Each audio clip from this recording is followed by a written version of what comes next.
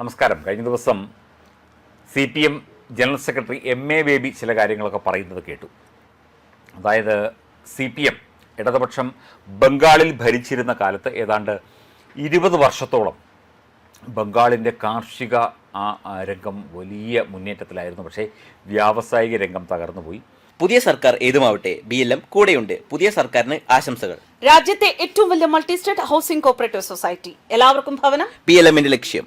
എന്തായാലും ഇത്തവണ ഉറപ്പായിട്ടും CPM വലിയ മുന്നേറ്റം ബംഗാളിൽ നടത്തും എന്നൊക്കെ പറയുന്നത് കേട്ടു. സഖാവ് ബേബിക്ക് ബംഗാളിനെക്കുറിച്ചും ബംഗാൾ രാഷ്ട്രീയത്തെക്കുറിച്ചും ബംഗാളിലെ ഇപ്പോഴത്തെ അവസ്ഥയെക്കുറിച്ചും പഴയ അവസ്ഥയെക്കുറിച്ചും ഒക്കെ നന്നായിട്ടറിയാം. അദ്ദേഹം ഒരു സൈദ്ധാന്തികനും ഒരു ചിന്തകനുമൊക്കെയാണ്. അപ്പോൾ ബംഗാളിൽ വലിയ വികസനം കൊണ്ടുവന്ന CPMനെ 34 വർഷത്തിന് ശേഷം ജനം എടുത്തെറിഞ്ഞിട്ട് മമതാ ബാനർജി എന്ന് പറയുന്ന ഒരു പെൺഗുണ്ടയെ അവിടെ കൊണ്ടുവരണമെങ്കിൽ CPM എന്തൊക്കെ തോന്നിയാസങ്ങൾ, എന്തൊക്കെ തെണ്ടിത്തരങ്ങൾ, എന്തൊക്കെ ജനവിരുദ്ധ നയങ്ങൾ അവിടെ നടത്തിയിട്ടുണ്ടാകും. ബംഗാൾ ജനത ബുദ്ധിയുള്ളവരാണ്. അവർ നമ്മളെ കേരളീയരെ പോലെ തന്നെ നല്ല രീതിയിൽ ചിന്തിക്കുന്നവരും വികസനവും അതുപോലെ വിപ്ലവവും ഒക്കെ സ്വപ്നം കാണുന്നവരുമാണ്. എന്തൊക്കെയായാലും ശരി, ബംഗാളിൽ CPMൻ്റെ അടപ്പ് ഇത്തവണയും തെറിക്കും. പക്ഷേ ഈ പോളിംഗ് ശതമാനം കൂടിയതുകൊണ്ട് കുറച്ച് ഭേദപ്പെട്ട രീതിയിൽ ചിലപ്പോൾ എന്തെങ്കിലും ഒരു 1-2 സീറ്റ് കിട്ടിയേക്കാം എന്ന് പറയുന്നവരുമുണ്ട്. സത്യം പറഞ്ഞാൽ CPMൻ്റെ ഡയപ്പർ രാഷ്ട്രീയമാണ് ബംഗാളിൽ തകർന്ന് അടിഞ്ഞത്.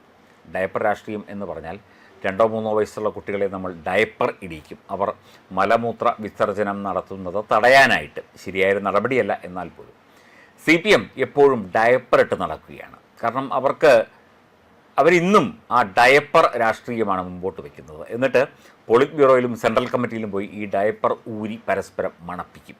ഇതാണ് ഇവരുടെ രീതി. അതായത് ചെയ്യുന്നത് ജനവിരുദ്ധ നയമാണ്, ചെറ്റത്തരമാണ്, അല്ലെങ്കിൽ തോന്നിയാസമാണ് എന്നറിയാം, എന്നാലും ചെയ്തിട്ട് അങ്ങോട്ടും ഇങ്ങോട്ടും കുറ്റപ്പെടുത്തും.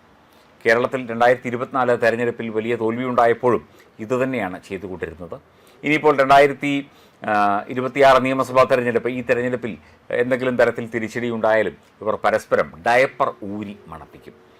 ഈ പഴയകാല വിപ്ലവ ചിന്തകളും പഴയകാല കമ്മ്യൂണിസ്റ്റ് ചിന്തകളുമൊക്കെയായിട്ട് ഇപ്പോൾ ജനങ്ങളിലേക്ക് ഇറങ്ങിച്ചെന്നാൽ അവർ സ്വീകരിക്കും എന്നുള്ള ഒരു മിഥ്യാധാരണയാണ് CPMനുള്ളത്. അതുതന്നെയാണ് കേരളത്തിലും ഇനിയിപ്പോൾ നടക്കാൻ പോകുന്നത്. കുറേ കിളവന്മാർ വന്നിരിക്കും. നമ്മൾ പ്രായമായവരെ കളിയാക്കുകയല്ല, കുറേ പ്രായമായവർ വന്നിരുന്ന് എന്തെങ്കിലുമൊക്കെ സിദ്ധാന്തങ്ങൾ പറയുന്നു. പഴയ ഡാങ്കയുടെ കാലത്തെയും പഴയ കൊൽക്കത്ത തീസിസും ഒക്കെ പറഞ്ഞ് ഇപ്പോഴും കിടന്ന് ചൊറിഞ്ഞുകൊണ്ടിരിക്കുകയാണ്. MA ബേബിക്ക് അതിൻ്റെ വക്താവാണ്, MV ഗോവിന്ദൻ ഇവരൊക്കെ അതിൻ്റെ വക്താവാണ്.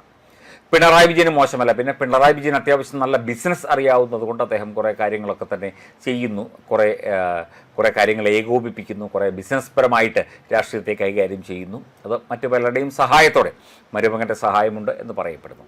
അപ്പോൾ ഈ ഡയപ്പർ രാഷ്ട്രീയം, ഇങ്ങനെ ഡയപ്പറിൽ മലമൂത്ര വിസർജനം നടത്തിയിട്ട് അത് പരസ്പരം ഇങ്ങനെ